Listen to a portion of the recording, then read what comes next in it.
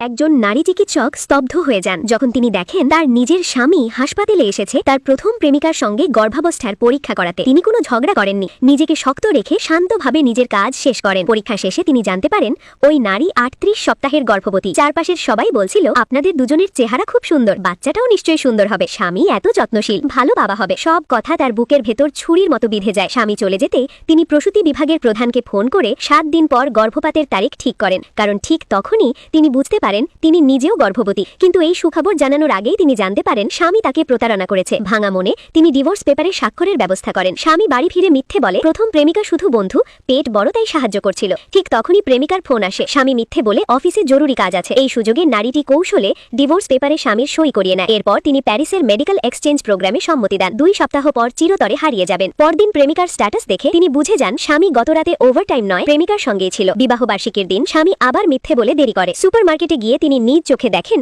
স্বামী প্রেমিকার সঙ্গে কেনাকাটা করছে। প্রেমিকা ইচ্ছা করে আদরে আচরণ করে। স্বামী মুগ্ধ হয়ে তাকিয়ে থাকে। পরে বাড়িতে নারীটি জ্বরে পড়ে যায়, কিন্তু গর্ভবতী হওয়ায় ওষুধ খেতে পারে না। স্বামী ভাবে সে শুধু ঈর্ষা করছে। অবশেষে অপারেশনের দিন আসে। বাচ্চার সঙ্গে শেষ বিদায়ের জন্য তিনি স্বামীকে দিয়ে নতুন বাবা মা তালিকার সব কাজ করান। এই সময় স্বামী বলে, আমার একটা বাচ্চা চাই। এই কথায় নারীর হৃদয় চূর্ণ হয়ে যায়। ঠিক তখনই প্রেমিকার ফোন। স্বামী আবার তাকে ছেড়ে চলে যায়। হাসপাতালে ডাক্তার জিজ্ঞেস করলে তিনি বলেন, আমার স্বামী মারা গেছে। তিনি সই করেন অপারেশনের কাগজে এবং একা ঢুকে পড়েন অপারেশন থিয়েটারে। অল্প পরেই একজন নার্স দৌড়ে বেরিয়ে আসে। রোগীর গর্ভপাতের পর অতিরিক্ত রক্তক্ষরণ হচ্ছে। পরিবারের কেউ আছেন? স্বামী হতভম্ব হয়ে চিৎকার করে, তুমি কি বলছো? ও গর্ভপাত করেছে?